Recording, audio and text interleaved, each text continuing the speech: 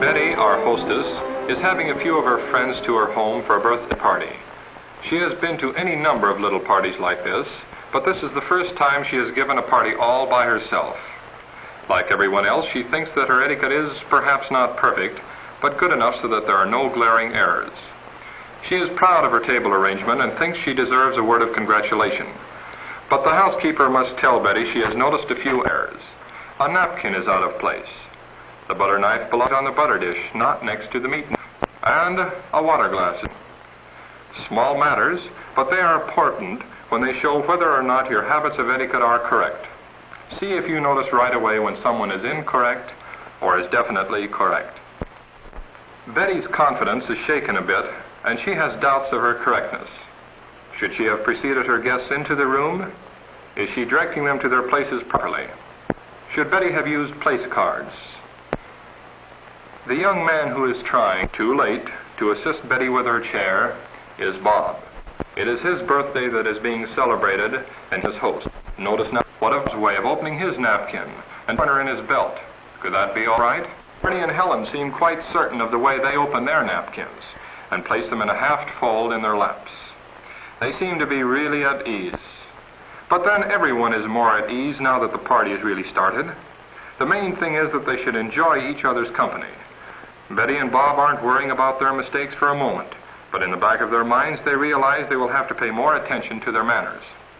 They know that the object of correct etiquette is not to make life formal and dull, but to make it fully enjoyable. There are reasons for each act of etiquette, as in a man's assisting a lady with her chair. Bob is hungry, and the soup looks good. He is using his company manners, but as we see, he is doing at least 3 things wrong. Now that the soup is served, Betty sees that the crackers are passed. Floyd passes the crackers to Dorothea before he helps himself. Should he have helped himself first or not? Bob is eating before the others. What about that? Apparently the guests are waiting for Betty to pick up her spoon before they begin. But naturally, the guests give no indication of having noticed any error on Bob's part, since that in itself would be impolite. As the relish dish is passed, Bob takes a handful and puts them on his service plate, and back he goes to his soup in the same old way. Then Bob notices that the others have placed their relish differently, and changes them from one plate to the other, knowing there is a reason, but what is it?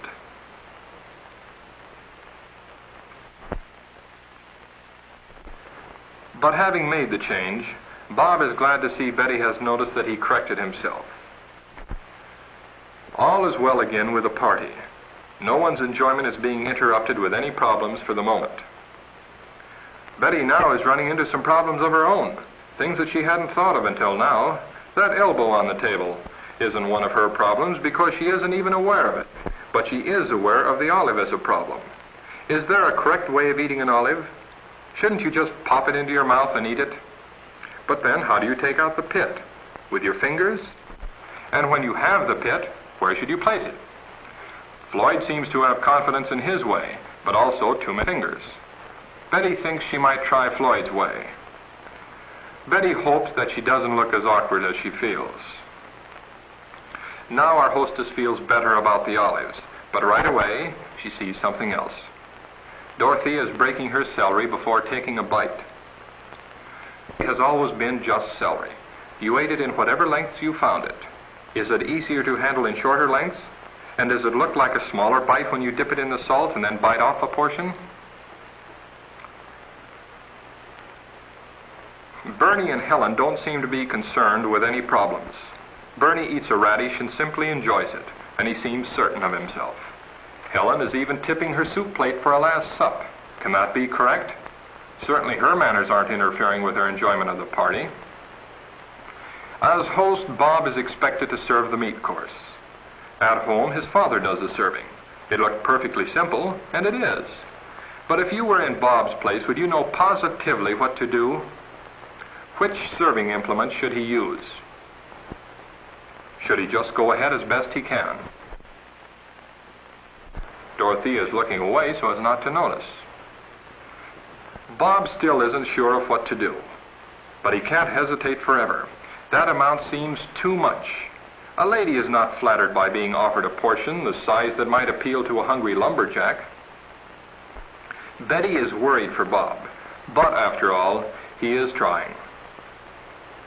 Everyone learns by experience, even when mistakes are made, and one isn't at all sure of anything that he is doing. Bob wonders if the portions he is serving are now too small. Should he give a large portion to the men and small ones to the ladies? Or should he serve about this amount and let the guests return their plates if they wish a second helping? Now Betty is about to serve the salad. Some new questions are arising. Can she use the implements for serving the salad correctly?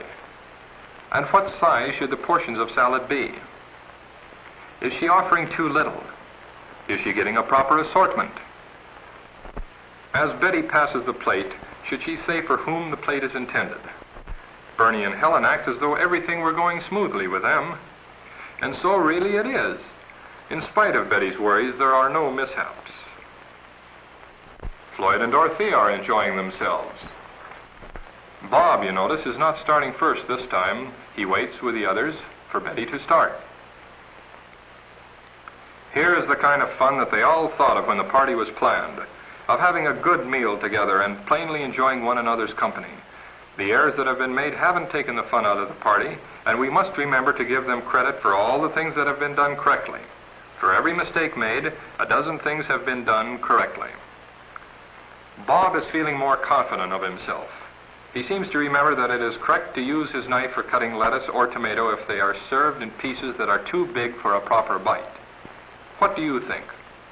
Is he wrong or is he right? But the person with confidence isn't necessarily the person who is correct.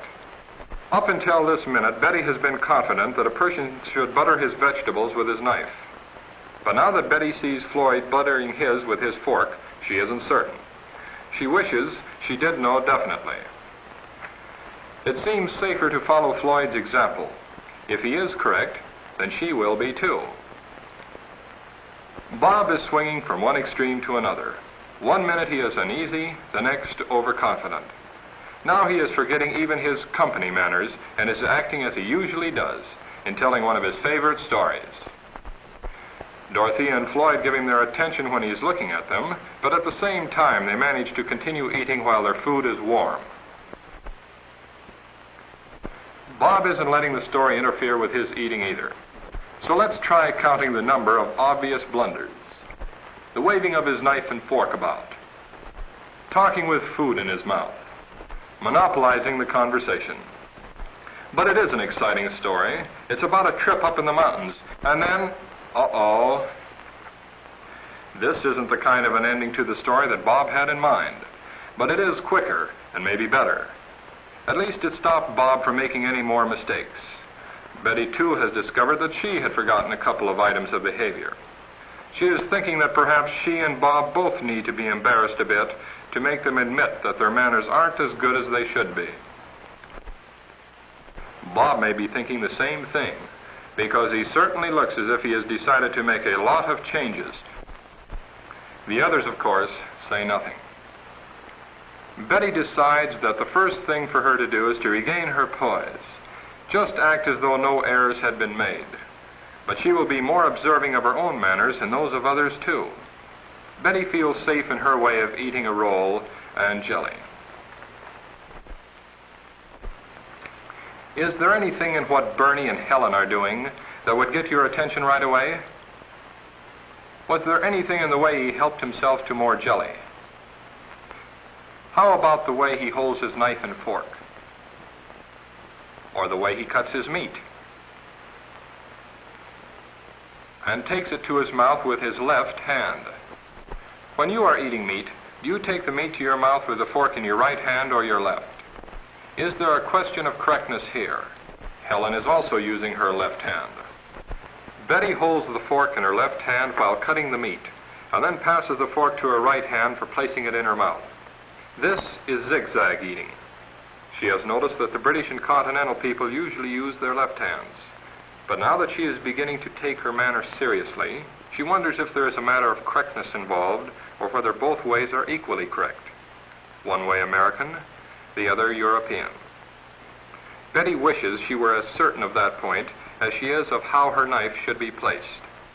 Bob has never heard of zigzag or continental ways of eating meat, but he is on the watch out for such things now. And as soon as he notices what Betty is doing, he is ready to follow her example, whether she is right or wrong. He uses his left hand all right, even if he does take an oversized bite.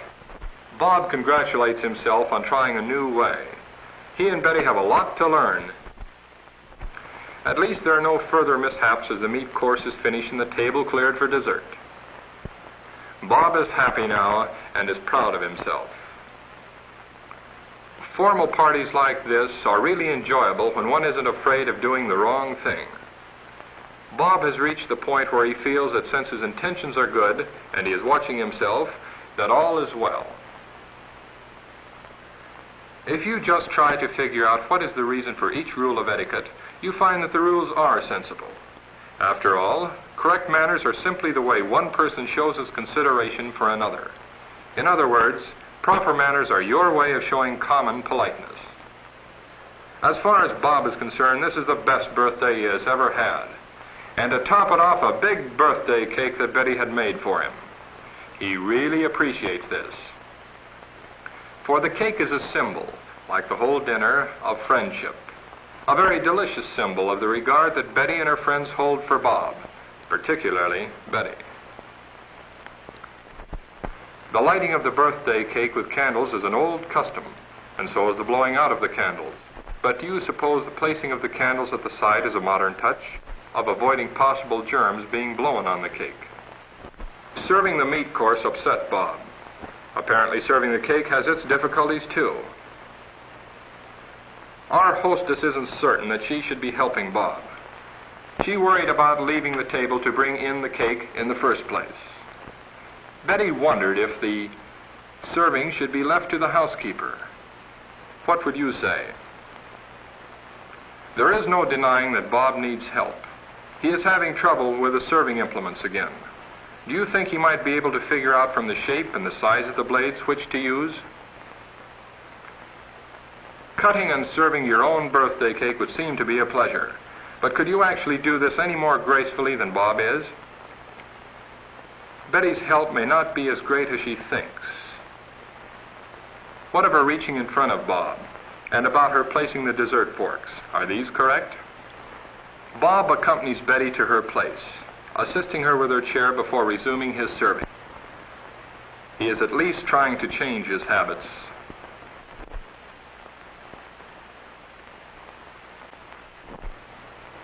And you notice, he forgot his napkin and sat on it. He is serving smoothly now and is not distracting his friends with his difficulties. They are free again to chat as they wish. And once again, the party is fun. Bob and Betty met more problems than they expected. As we are seeing, people like Betty and Bob, who want to entertain their friends and have good times together, forget that poor manners can really interfere with the fun of the party. There is no fun in being worried, unsure, or ill at ease. It is much simpler in the long run to face your problems, find out what the correct answer is, and then when you act in a way that you know for certain is correct, your mind is perfectly free. Of course, all this isn't accomplished just by wishing. There are still habits that have first to be detected and then broken. This is hard. Then new habits have to be formed. But a little study of etiquette will help greatly, and lessons are all practical. Once you have formed correct habits in your manners, you will find that they give you a sense of confidence. That is a reward in itself. Our party is ending, but let's hope that for you it is, in another sense, just a beginning. As you think of Betty and Bob and their problems, compare your own manners. Don't forget that it is by their manners that polite people the world around show their consideration for one another. A dinner party is just one way of enjoying company of your friends. A good meal, good company, real enjoyment, that's what a dinner party is for.